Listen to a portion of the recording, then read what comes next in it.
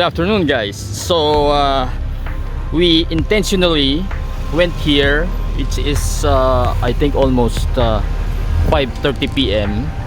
Cayman. We have great news and updates on the La Paz Plaza rehab. As you can see, may mga suga na ta, guys. So these are like the modern disc type ng mga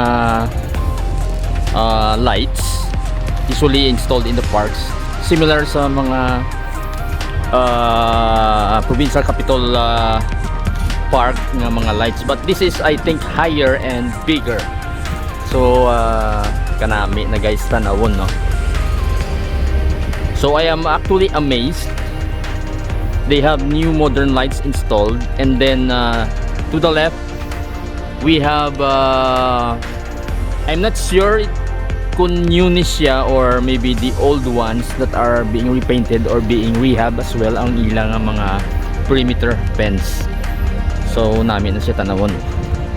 Of course, we did the previously did the video on the lagoon here sa La Paz Plaza. Still operational.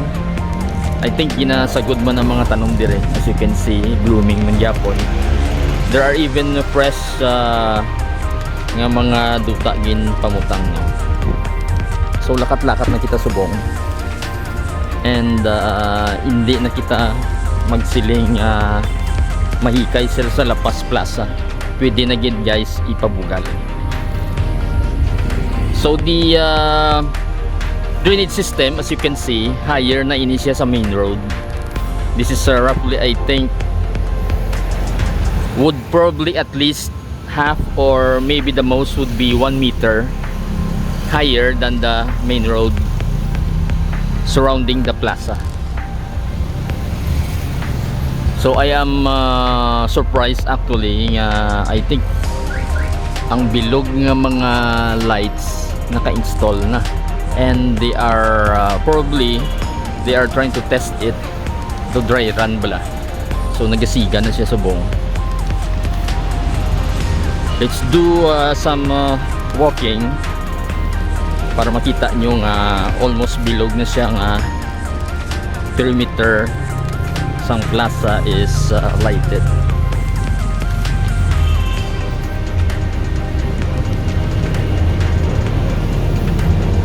Ang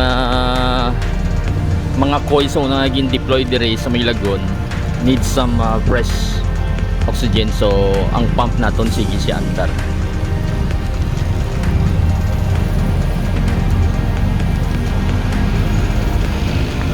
We have the, of course, the rush hour traffic. As you can see, damo sa lakyan nagagi. So mga tao nagapululi na from their work or probably from their school,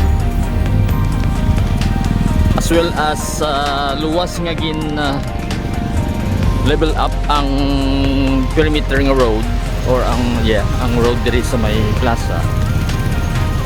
Ang cement damol man siya, no? I think at least isa ka or double sang isa ka hollow blocks nga height. As you can see, ang hollow blocks amo na siya, pero daw double ang height niya gin level up nila. The design of the fence daw wala siya maglayo from the original, except niya originally sanggin modernized ni ang plaza way back some time ni Ming Ramos, which is the wife of the late Fidel V. Ramos. Ang color sang aton niya fence is the reddish or the red leads siya, no? So now it is colored green. So ari na, guys, ang aton niya football field. So as you can see, tama na siya kataas. So hindi na siya bahaan.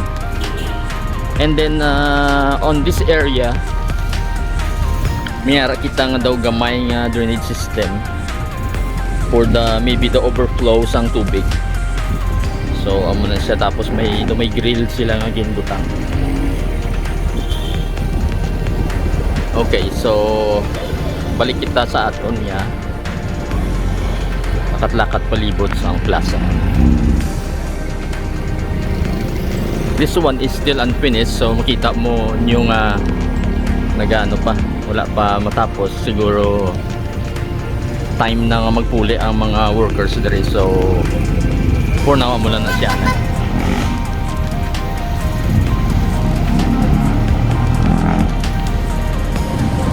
Daw pa namin lang tanawon guys nga upgraded na ang La Paz Plaza. If you remember, the Haro Plaza gin-upgrade na nila, so namin na ito sa Subong. So ang La Paz hindi man magpa-uli, so hopefully base by January matapos naman ini. Siguro ang football field lang,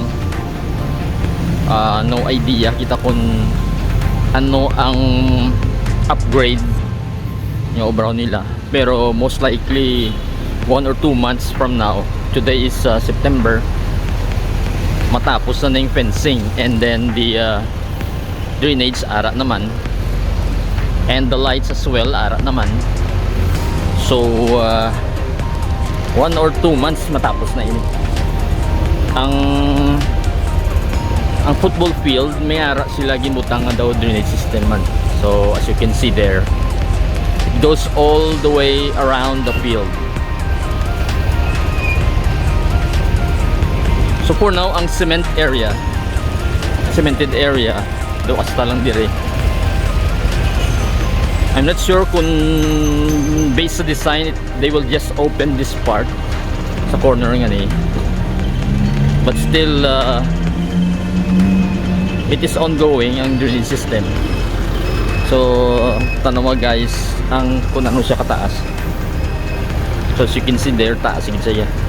Well, this is the sidewalk right here, and this is the main road. So roughly kung ako mag-estimate, mga half meter or 1 meter gid ang difference ang level sa aton nga plaza. Also ara naman dito ang walkway, so only this part na lang siguro i-cement nila. Hindi ako kagwa sa diring area, so we will switch to the other side. We'll be back in a few seconds. Okay guys, so we're here along the sides facing the La Paz Elementary School, as well as of course the sa back naton is the police station. I can see here the board, the sign which says 63 kahoy ang ginutod para sa improvements ng La Paz Plaza. So this is just a DNR sign, and this is the entrance of course, mga taga La Paz High School. And then we have the rehab information as well diri. I think the duration of the project, pero I think wala ni siya masunod, or maybe just a COA information. As you can see there is COA sign, and then the other sign here is the contractor information, as well as the amount of the rehab of La Paz Plaza, which is almost 60 million.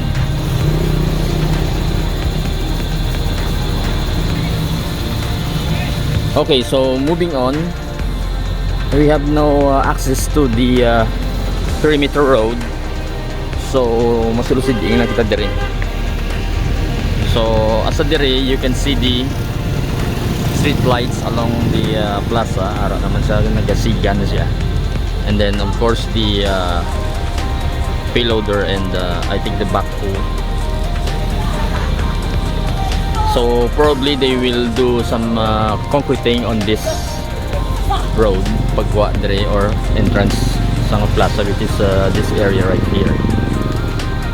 So we cannot walk along this part kay may mga bank houses pa ang mga workers, as well as the old playground ari diri siya.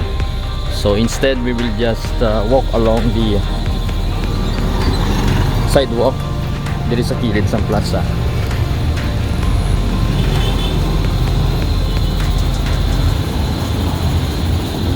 So if we just judge by the completion of the plaza lamps or lights, I think almost major nga mga lights gagana na siya, nagasiga na. Arigaling isa kakahoy nga gin tapas nila. So we have a previous video showing sa mga kahoy nga gin pangutod para sa improvement sa La Paz Plaza. We have the gym, covered gym on my left. So muna siya. I'm not sure kung i-modernize man nila ang covered gym sa La Paz Plaza. Well, we will find out. Maybe do some repainting lang. To my right is the La Paz Elementary School.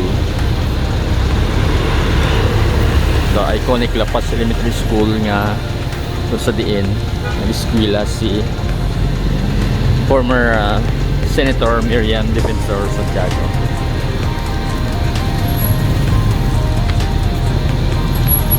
So I will just show you. Oh, we have a sign right here. So may ngalan na siya, no? May lapida na. But still they have to remove maybe the ang mga hilamon dire. They just have to remove or trim maybe.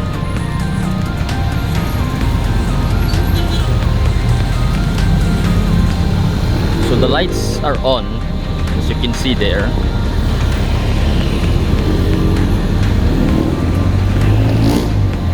Temporarily naging squatter ang La Paz Elementary nga big bus, which is this one. Since wala sila sa mga parking space, kaya dako ni siya nga bus. I believe it was used during the COVID pandemic kay gingamit siya to fetch some patients, ferrying them to the hospital. So ari mga lights on this part which is facing the La Paz Church, ara ang simbahan. So lakat lang kita gamay. Almost nalibot na nato na ang fence sang plaza. So in the afternoons until night time, ukisa makita ninyo may mga food stalls dire nga nagabaligya. So mati pa ang entrance nato, no? This is one of the entrance.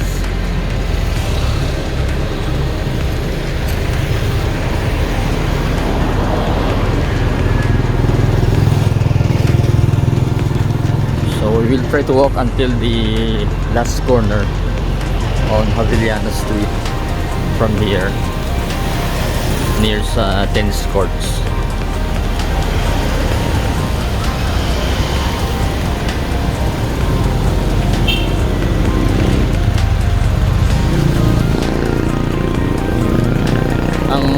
Tennis courts sa La Paz Plaza, I think at least 4. So ang mga tennis events dili gina-held. They have removed previously, may mga daw parking spaces na dire, so ginkakas nila. Maybe they will improve it better. Then ongoing pa ini nga area dire, as you can see there. So gin-retain nila ang iban nga mga poste. So those are the tennis courts. Okay, so this is just about it for today.